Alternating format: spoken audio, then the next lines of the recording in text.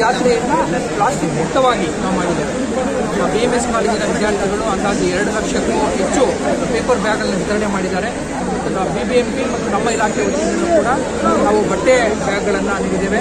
ಮತ್ತು ನಮ್ಮ ಜೊತೆಗೆ ಹಲವಾರು NGOಗಳು ಕೂಡ ಕೈ ಜೋಡಿಸಿ ಬೆಂಗಳೂರಿನ ಪ್ಲಾಸ್ಟಿಕ್ ಮುಕ್ತ ನಗರವನ್ನಾಗಿ ಮಾಡೋದಕ್ಕೆ ಬಹಳ ಶ್ರಮವನ್ನು ಮಾಡಿದ್ದಾರೆ ಅಂತ ಹೇಳೋದಕ್ಕೆ ನಾನು ಇಷ್ಟಪಡ್ತಾ ಇದ್ದೇನೆ. ಮತ್ತು ಸಾರ್ವಜನಿಕರಿಗೆ ಅನುಕೂಲ ಆಗಲಿ ಎಂಬ ಉದ್ದೇಶದಿಂದ ಸುವ್ಯವಸ್ಥಿತವಾದ ಪಾರ್ಕಿಂಗ್ ವ್ಯವಸ್ಥೆ ಮತ್ತು ನೀರಿನ ವ್ಯವಸ್ಥೆ ಮತ್ತು ದೇವರ ದರ್ಶನವನ್ನು ಕೂಡ ನಾವು ಆಯೋಜನೆ ಮಾಡಿದ್ದೇವೆ.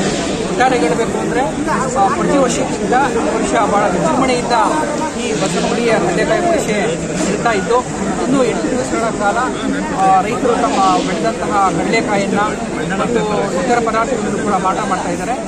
ಜೊತೆಗೆ ನಾವು ಹಲವು ರೈತ ಉತ್ಪಾದಕ ಸಂಸ್ಥೆಗಳು ಅಂದರೆ FPOಗಳ ಮುಖಾಂತರ ಅವರೇ ತಯಾರು ಮಾಡಿದ್ದಾರೆ. ಎಲ್ಲರೂ ಕೂಡ ಹೆಚ್ಚಿನ ಸಂಖ್ಯೆಯಲ್ಲಿ ಬರಬೇಕು. ಕಡಲೆಕಾಯಿ ಪರಿಷೆಯ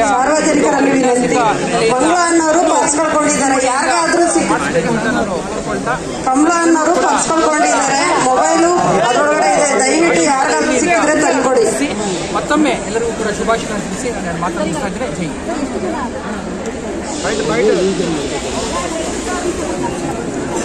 ಅಂದಾಜು ಒಂದು 5,000ಕ್ಕೂ ಹೆಚ್ಚು ಜನ ನಮ್ಮ ವೆಂಡರ್ಸ್ಗಳು ಬಂದಿದ್ದಾರೆ. ಕಡಲೆಕಾಯಿ ಮಾರಾಟ ಮಾಡುವಂಥವರು ಸುತ್ತಮುತ್ತ 2 ಕಿಲೋಮೀಟರ್ಗೆ ಹೆಚ್ಚು ದೂರದಲ್ಲಿ ಮಾರಾಟ ಮಾಡ್ತಾ ಇದ್ದಾರೆ.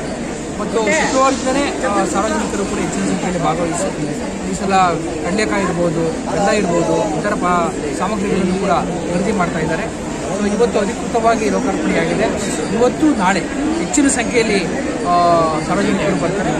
ಆದರೆ ಡಿಮ್ಯಾಂಡ್ ಜಾಸ್ತಿ ಇರೋದ್ರಿಂದ ಈ ವಾರಾಂತ್ಯದವರೆಗೂ ಕೂಡ ಈ ಕಡಲೆಕಾಯಿ ಪರಿಷೆ ಕಾರ್ಯನಿರ್ವಹಿಸಲಿದೆ.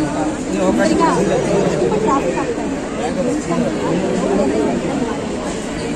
ಪೊಲೀಸರು okay sir, thank you sir, thank you.